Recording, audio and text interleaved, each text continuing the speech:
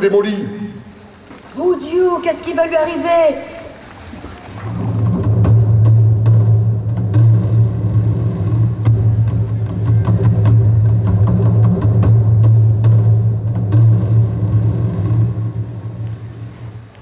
Zeus n'a rugi un si grand coup de tonnerre, Pluton n'a ouï de tels cris surgis de terre, ni Vulcain d'un volcan, pas plus Neptune n'a soufflé pareille tempête, que les canons du roi en faisant la fête au bourg de Montauban, lui balançant sur la tête 400 boulets, qui firent même les os des morts tout trembler sur leur affreux boucan.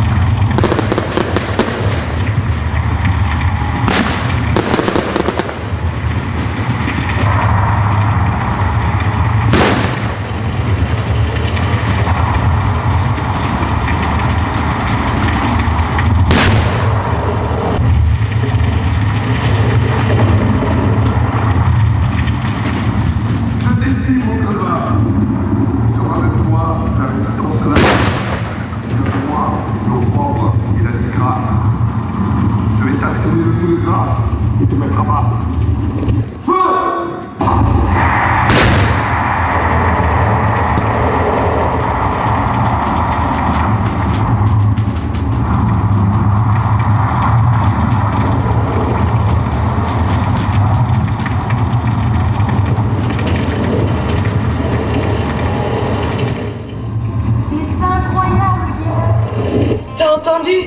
On s'y serait cru. Oh là là, quand je raconterai ça aux copains. Eh bien, dis donc. Continue, Guillemette, je veux connaître la suite.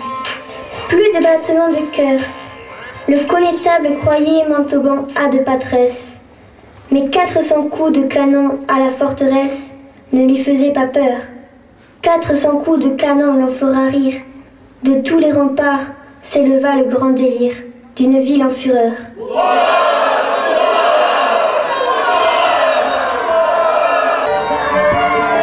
Le duc de Luynes voulait frapper un grand coup, mais c'est Montauban qui fait les 400 coups.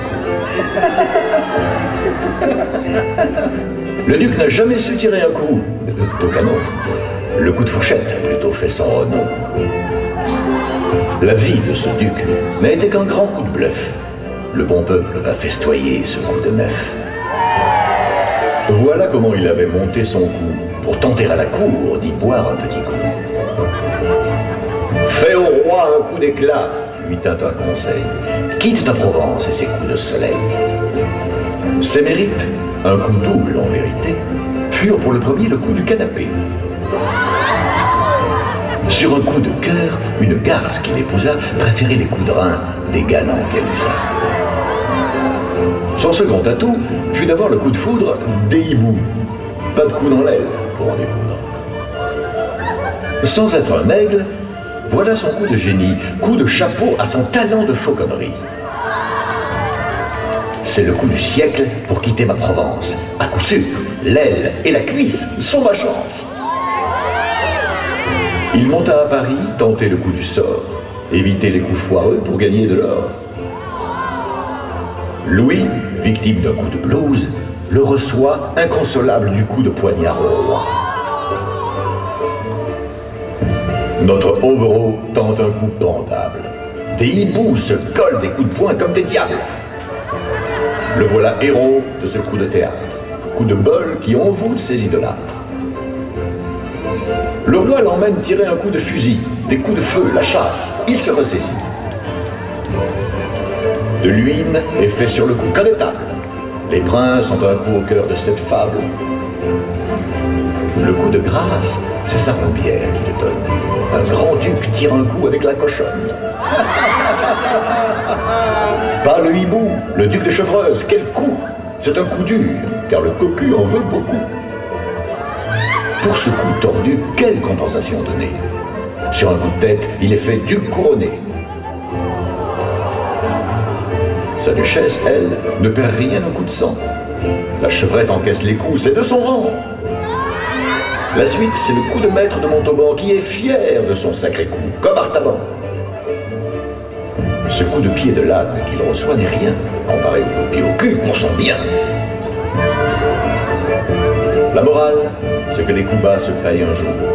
Aux arrivistes, le dernier coup sonne toujours. Là-haut, voyez dans le ciel ce prodige. C'est un arc-en-ciel que Dieu vers nous dirige comme l'étoile des mages, plein de prestige. Hosanna!